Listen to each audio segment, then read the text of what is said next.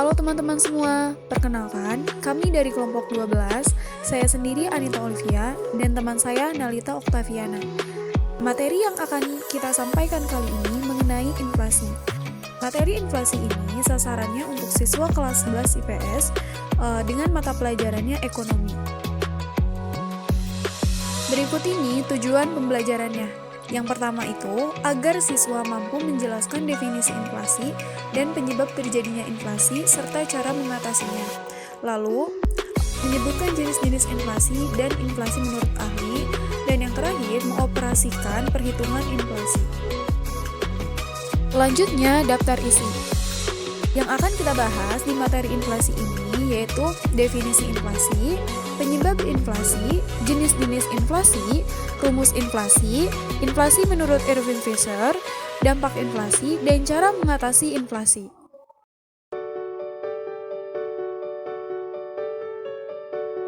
Inflasi merupakan suatu proses meningkatnya harga-harga secara umum dan terus-menerus.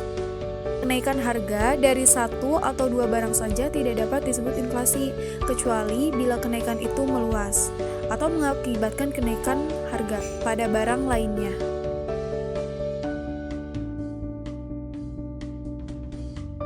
Ada 3 penyebab inflasi. Yang pertama, demand pull inflation, yang kedua, cost push inflation, yang ketiga, bottleneck inflation. Yang pertama, demand pull inflation merupakan kenaikan harga barang atau jasa, biasanya terjadi karena adanya peningkatan permintaan dari sebuah jenis barang atau jasa secara menyeluruh. Kondisi inflasi ini terjadi karena permintaan akan barang atau jasa lebih tinggi dari yang bisa dipenuhi oleh produsen. Selanjutnya ada cost push inflation. Inflasi yang terjadi karena kenaikan biaya produksi sehingga harga penawaran barang naik. Biasanya, kenaikan tersebut diakibatkan karena mengikuti kondisi peningkatan harga dari bahan baku atau upah tenaga kerja. Berikutnya ada bottleneck inflation, yaitu inflasi campuran yang disebabkan oleh faktor penawaran atau faktor permintaan.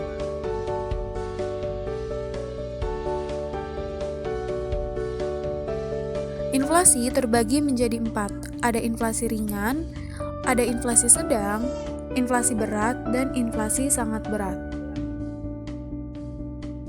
Yang pertama ada inflasi ringan atau merayap. Inflasi ini ditandai dengan peningkatan laju inflasi yang rendah, biasanya kurang dari 10% setahun. Ciri dari inflasi ini adalah kenaikan harga yang relatif lambat dan berlangsung dengan lambat. Berikutnya ada inflasi sedang. Nah, inflasi ini sedikit lebih tinggi dibandingkan inflasi ringan. Laju berkisar antara 10-30% per tahun. Jenis inflasi ini ditandai dengan kenaikan harga yang cukup besar dalam waktu yang singkat. Berikutnya ada inflasi berat. Kategori inflasi ini adalah inflasi yang tergolong berat, mencakup laju mulai dari 30-100% setahun. Pada tingkat ini, harga kebutuhan masyarakat naik secara signifikan dan sulit dikendalikan. Lalu ada inflasi sangat berat. Jenis inflasi ini sangat dirasakan karena terjadi secara besar-besaran dan mencapai lebih dari 100% setahun. Indonesia pun pernah mengalami hiperinflasi, bahkan mencapai 600% di tahun 1998. Penyebabnya karena terjadinya pencetakan uang secara besar-besaran demi menutup defisit anggaran pada waktu itu.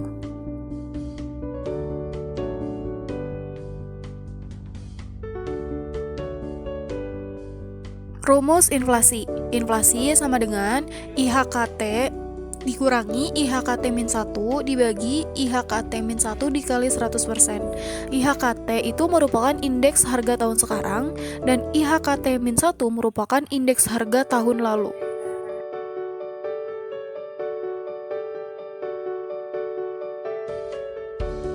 Menurut Irving Fisher, inflasi terjadi ketika jumlah uang yang beredar meningkat, kecepatan peredaran uang meningkat, jumlah barang yang diperdagangkan menurun.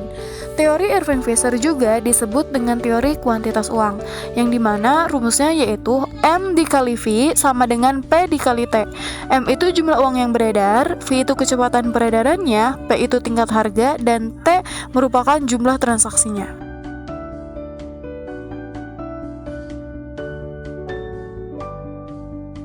Berikut ini dampak inflasi. Yang pertama, pertumbuhan ekonomi negara jadi terhambat.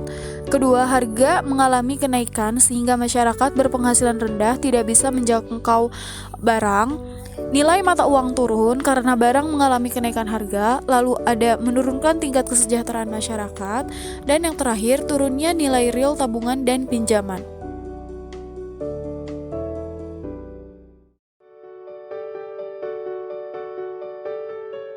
Terdapat dua cara untuk mengatasi inflasi, yaitu dengan kebijakan moneter dan kebijakan fiskal.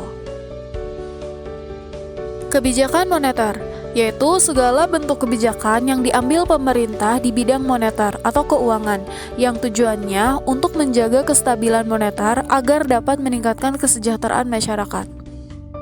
Kebijakan moneter ini dibagi menjadi tiga. Yang pertama, kebijakan penetapan persediaan kas. Kedua, ada kebijakan diskonto. Yang ketiga, kebijakan pasar operasi terbuka.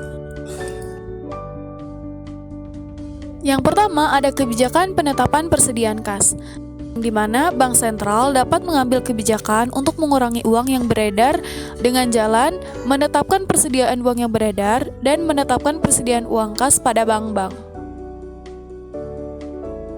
Lalu ada kebijakan diskonto, yaitu Bank Sentral dapat menerapkan kebijakan diskonto dengan cara meningkatkan nilai suku bunga. Tujuannya adalah agar masyarakat terdorong untuk menabung.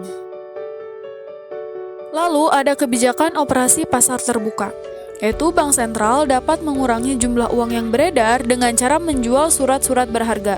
Semakin banyak yang terjual, maka semakin mengurangi tingkat inflasi.